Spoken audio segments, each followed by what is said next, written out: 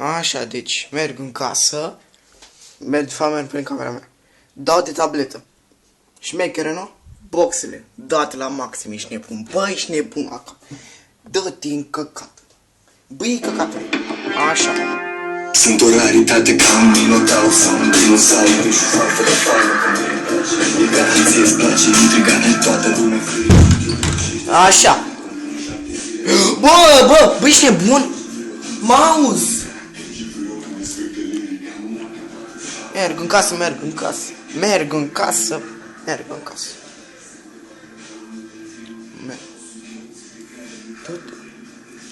Mamă, pleci de muște.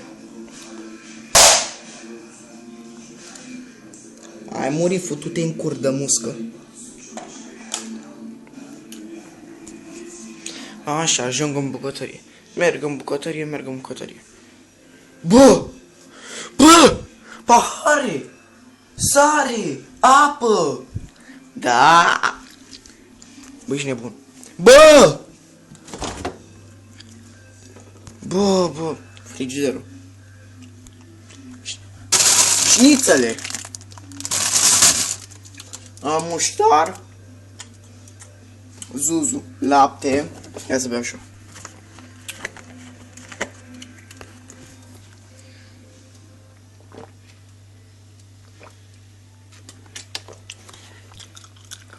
Lapte cu gumă de mestecat.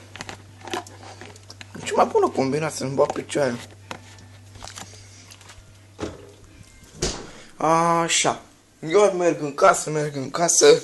Aaaa! Întuneric. Ajung în baie. Bă! Oglindă! Toaletă!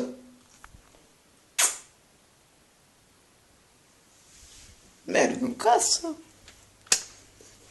Iar merg în casă. Tai pâinea cu cuțitul.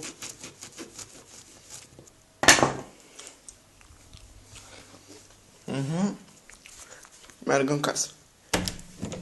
Chem câinele. Fritz! Hei! Ieși! Ai și câinele. Merg iar în casă, pula mea, mare casă. Așa. E întuneric. Bă, ce șmecher! 50 de bani. Și uite ce am găsit. Ta-da!